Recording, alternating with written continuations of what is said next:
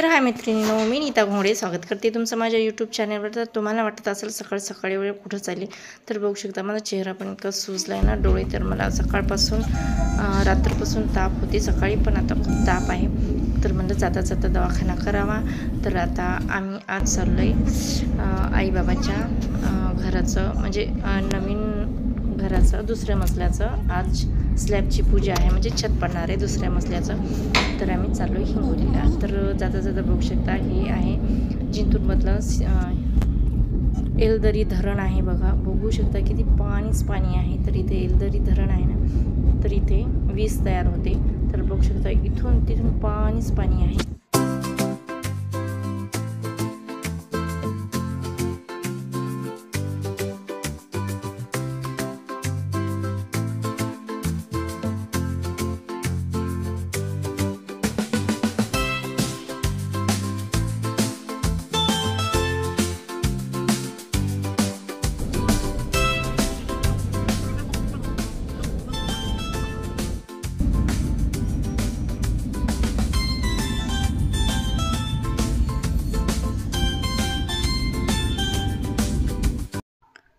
तर पोचलो आता आम्ही हिंगोलीला, म्हणजे आईच्या घरी। आणि सांगायचं म्हणजे सासर इथं आणि माहेर पण इथंच। माहेर म्हणजे जाऊ आणि भाया माझ्या इथेच राहतात हिंगोलीला, तर त्याच्यामुळं सासर आणि माहेर इथंच।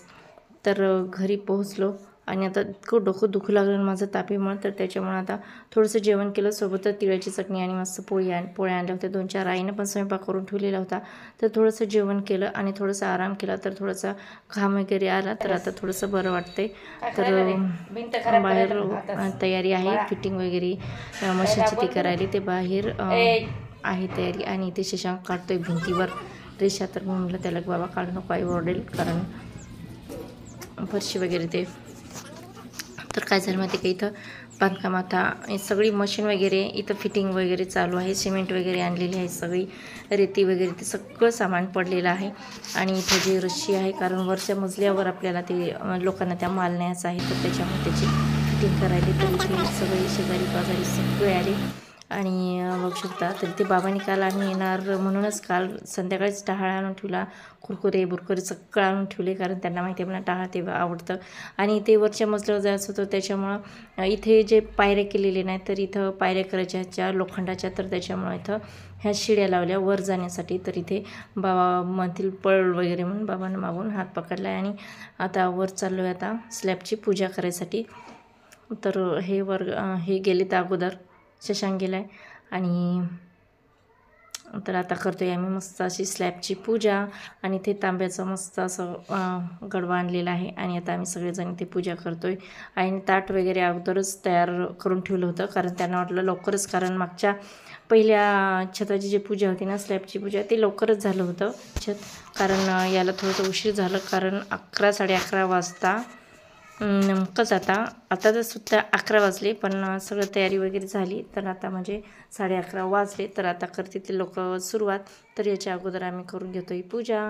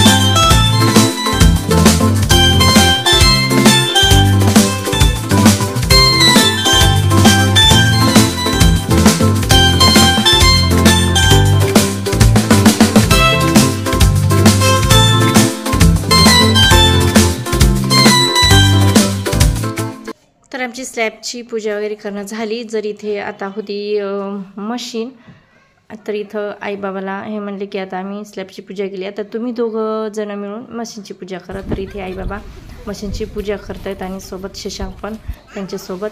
तर इथे शशांकला बाबा म्हणजे तू नारळ फोड, तर त्याच्यामुळे शशांकने फोडलं इथं मस्त मशीनवर नारळ. आणि ते नारळ सगळं फोडून जे त्याचे साखर वगैरे पेढा वगैरे मिक्स केला आणि सगळ्यांना वाटला. याच्यानंतर संध्याकाळ झाली होती आणि इथे मस्त ऑर्डर केलेली हिंगोलीची फेमस खिचडी कंप्लीट व्हायला 4:30 वाजले आणि आता 5:30 वाजले. तर बघा थांबा तुम्हाला सांगते टाईम किती झाला आहे, 5:45 व्हायले. तर खिचडी वगैरे आणली होती, बाहेरूनच ऑर्डर केली खिचडी आणि आता सगळ्यांनी खाल्ली लोकांनी. आता आम्ही इथे पण सासूबाईनी काकोनी मी सगळ्यांनी खिचडी खाल्ली, लेकरांनी खिचडी खाल्ली. तर आता निघायचं आहे कारण उशीर पण खूप होते आणि उद्या कसं लेकरांची क्लास शाळा असते ना, तर त्याच्यामुळे निघायचं आहे आता.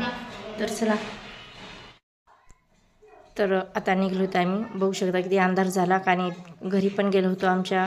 आणि याच्यानंतर काकूकडे पण थोडंसं चाय पाणी वगैरे घेऊन आलो, कारण एकदा आलं ना म्हणजे सगळेच आमचे पाहुणे राहुणे सगळे एकाच गावामध्ये असतात, तर त्याच्यामुळे सगळ्यांना भेटलं म्हणजे बरं वाटतं, कारण नेहमी नेहमी येणं होत नाही.